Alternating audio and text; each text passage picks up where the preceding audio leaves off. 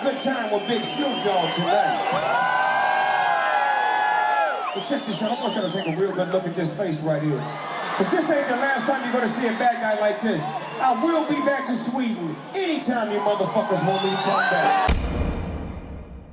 On my way to the police station in Sweden. Sorry about that, all the fans in Sweden. I'll never be back in this country. Y'all can thank y'all police chief and all the people that run y'all police department. It's been real, thank you, but I'm gone. In the police station doing a report on me, cuz. Racial profile, came and snatched me out of my car. Brought me down here. I'm in Sweden right now. It's all good, dog. Sorry about that, peoples. I'll never be back to y'all country. It's been real. The internet has been on fire over summer 2019 with ASAP Rocky being arrested in Sweden and being held in jail on an assault charge. That feeling of being unfairly detained in a Swedish hellhole will be familiar to anybody that's ever got lost in Wembley IKEA. Rocky's story captured the attention and sympathy of the Western public. In a seemingly provoked instance of self-defense, it seemed like Rocky had been treated very unfairly and heavy-handedly by the Swedish authorities, which led many people to speculate that race might have had something to do with this. This sentiment was further intensified by the fake-tanned, fake news-slinging scumbags No Not Trump, TMZ, who decided to chase some very questionable clout by saying/lying that Rocky was being held in some pretty savage conditions where there were feces on the wall in a disgusting cell where Rocky was sleeping on a yoga mat. This turned out to be untrue, and of course Rocky was being treated humanely and he even had a bed in jail, though to be fair he probably did have to build it himself. But Rocky is only the most recent in a long line of rappers and entertainers who have been detained by the Swedish police. When asked about Rocky's situation, Quavo from the Migos even said that he'd been harassed in Sweden, being forced to lay on the ground with his cameraman as soon as he landed. And they were trying to lock us up too. Ironically, no footage of this incident seems to exist. I hope that cameraman got fired. Quavo didn't outline the specific crime that he was being accused of, but it's highly possible that it was crimes against taste for that disgusting neon G-Wagon he was driving. Ugh. But beyond the Rocky and Quavo situations, several other rappers and entertainers have complained about unfair treatment in Sweden, and some even served time there. So let's take a look at why rappers should never go to Sweden. On the 25th of July 2015, Snoop Dogg was on tour in Sweden for his new album Bush. This show seemed to go well, and Snoop Dogg even ended his performance by proclaiming his love for the country and saying he would definitely be back. I will be back to Sweden anytime you motherfuckers want me to come back. However, within a few hours of leaving the venue, these delicious Swedish meatballs would turn into a pile of rotten beef, and Snoop Dogg was arrested by Swedish police after a traffic stop. Niggas got me in the back of a police car right now in Sweden, cuz. Pulled a nigga over for nothing, taking us to the station where I gotta go to pee in the cup for nothing. I ain't did nothing. All I did was came to this country and did a concert, and now I gotta go to the police station for nothing. Apparently, a preliminary roadside drug test revealed Snoop to have had the highest level possible for drug use. Though what do you expect? This is Snoop Dogg. I mean, the guy's blood is 90% THC, and he's literally in the country promoting an album called Bush. I don't think that album is about Snoop Dogg proclaiming his love for trimming bonsai trees or George W. Bush.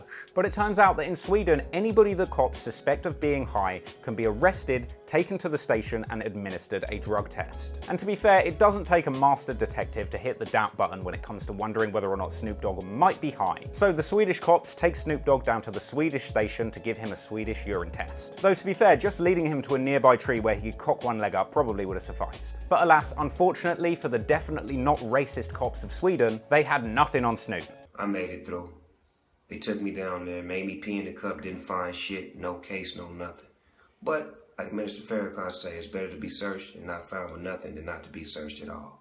Fuck y'all. He passed the urine test and didn't get found with any weed on him. I mean, I sympathize with the Swedish cops just a little bit. You go through this entire long ordeal and end up with absolutely nothing at the end. It's like going to the Stratford IKEA. And after this incident was over, Snoop Dogg reiterated those feelings that he'd shared on social media at the station, saying that he was never coming back to Sweden. Snoop accused the Swedish cops of being racist, but the Swedish police chief was quoted saying, "No, we don't work like that, that's just nonsense. We completely reject the notion that being stopped for a control would be down to racist thoughts."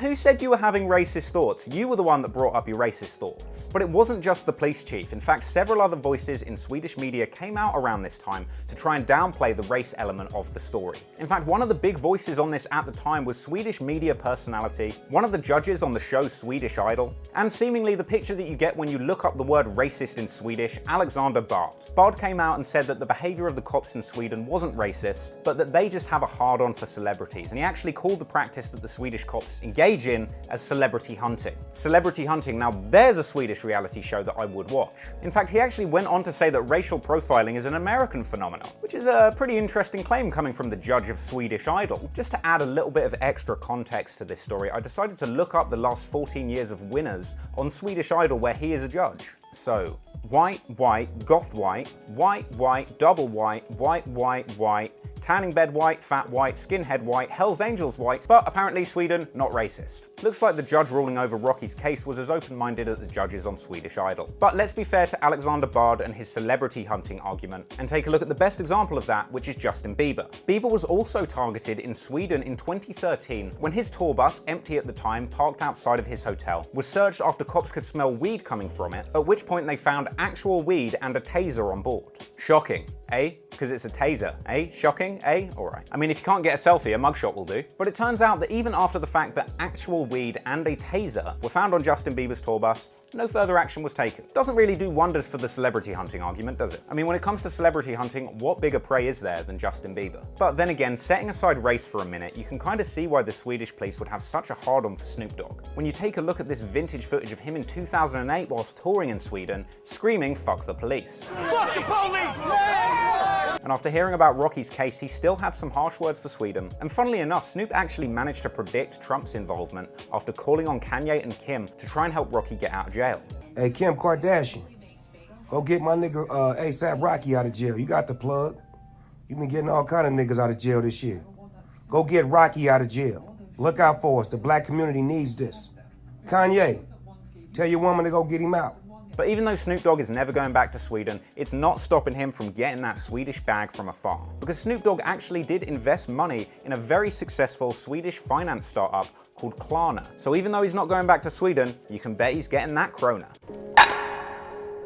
Another example of a rapper getting a hard time in Sweden is G-Eazy's case. He was out partying in Stockholm after a show in Sweden along with his girlfriend at the time Halsey and Sean Kingston. Apparently he was having a little too much fun and ended up punching a security guard in the face several times. He was also noticed for having a very tense and convulsive jaw and was found with a rolled up banknote and cocaine in his pocket. Idiot, it's supposed to go in your nose. Now some websites reported that G-Eazy was found with 1.5 grams of cocaine, whereas other ones reported that he'd been found with 1.5 ounces of cocaine. And you don't have to be a cocaine connoisseur to know that that is a pretty big difference. But to be fair, it was this story that landed G-Eazy his front cover on Cocaine Connoisseur magazine. He pleaded guilty to violent resistance, narcotics possession, and assault against an official after spending 2 days in jail. This is in stark contrast to Rocky, who was forced to sit in jail for several weeks before even being given the chance to a fair trial. So at that point, G-Eazy got sentenced to probation, a $10,000 fine, and ordered to pay $900 compensation to the bouncer that he punched. And after Rocky got arrested, even G-Eazy came out and said that he felt that he'd been treated much better in Sweden because of white privilege.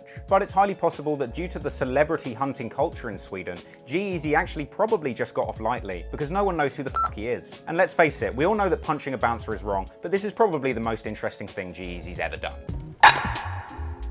And then of course, there's everybody's favorite pretty mother shagger, ASAP Rocky. His high-profile arrest at the start of summer 2019 caught a lot of attention, mainly due to the fact that tons of video footage came out, some of which was distributed by Rocky himself, that seemingly showed him and his bodyguards being antagonized and followed for several blocks, trying to defuse the situation and get away from the impending drama. Now, everyone and their mum has thrown in their 2 cents on this story and speculated about what happened. So let's just let Rocky explain his side of the story himself. 2 men approached my security guard. After a while, my security guard started pushing them away and asking them to walk away. I see my security guard lifting. When they reached a distance, pursued to swing, and he hit him with headphones twice. And he kept pursuing, and he was like, "Come on." He said, "We didn't even want to fight. When we walked away, we were followed." He wanted his headphones, and I tried to explain to him, "You broke them on my security guard." They followed us again. We saw bottles on the floor, and we picked them up. We didn't want them to get the bottles. Both of the guys attacked. That's when I intervened,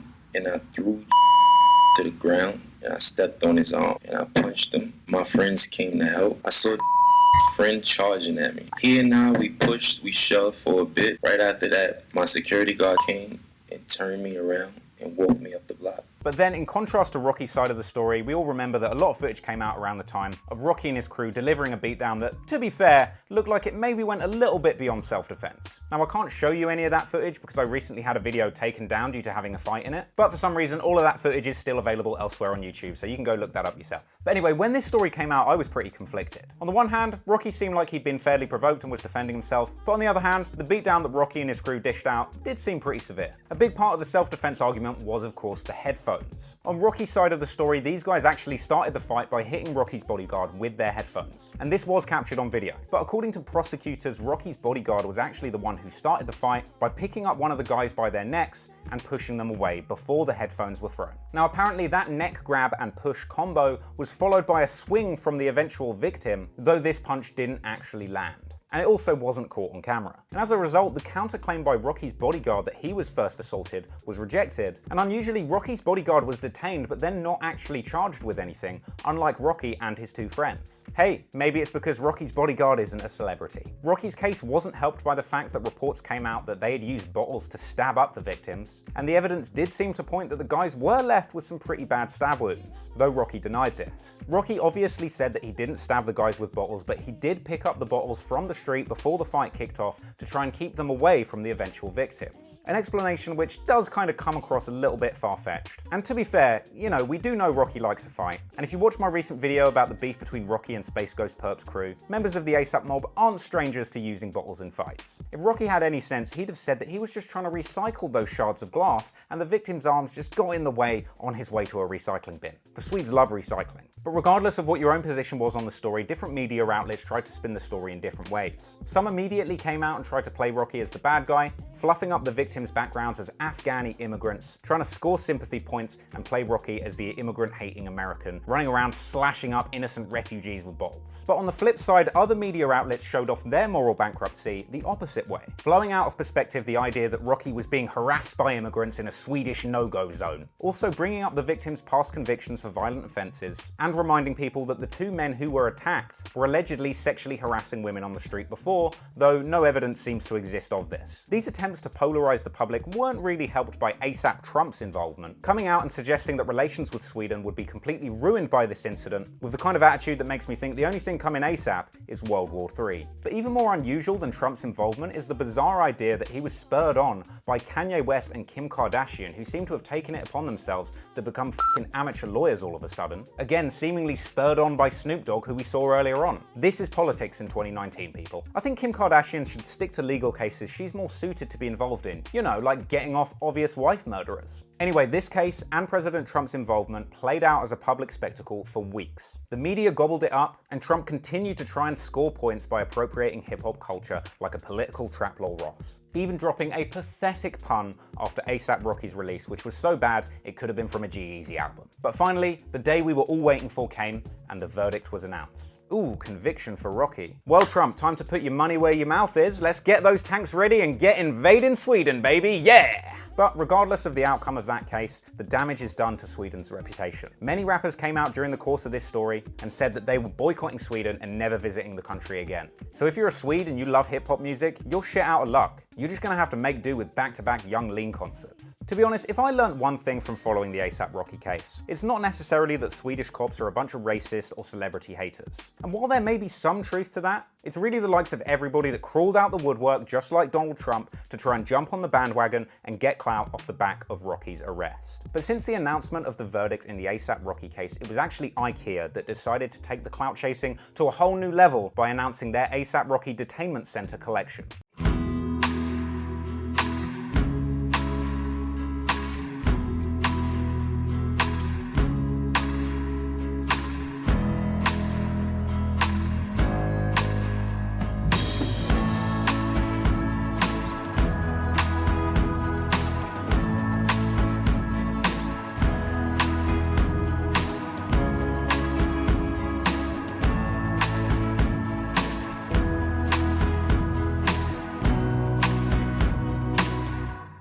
Hope you enjoyed that video. If you did, please make sure that you like and subscribe below. If you've been enjoying my work lately, I would really appreciate it if you went and checked out my Patreon account. I've recently overhauled my Patreon. Members that contribute $10 to my Patreon account get exclusive access to my videos day before they upload, a hidden catalog of private videos that I was making before I was known as Traplaw Ross. So if you want to chat to me, you want to share some thoughts, you want to gossip about your favorite rappers, hit me up on Patreon, go support me, and we can chat there, because I just can't get in all the comments or the Instagram DMs anymore. So thanks for watching. I look forward to chatting to you on Patreon, and until next time, a peace out.